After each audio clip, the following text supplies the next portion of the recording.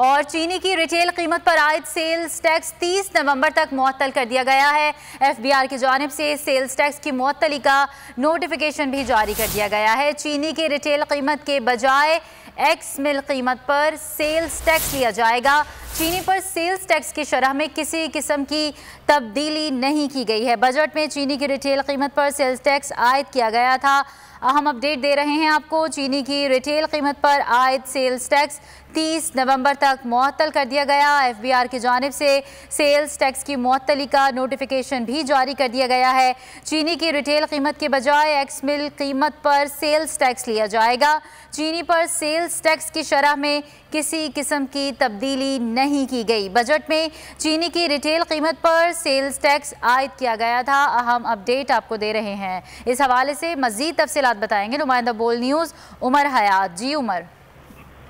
जी बिल्कुल, हुकूमत की जानिब से चीनी की रिटेल कीमत पर आयद जो सेल्स टैक्स है वो 30 नवंबर तक मुअत्तल कर दिया है और एफबीआर की जानिब से रिटेल कीमत की बजाय उमर हयात हमें आगाह कर रहे थे। चीनी की पर आयद सेल्स टैक्स 30 नवंबर तक मुअत्तल कर दिया गया है। आपका बहुत शुक्रिया।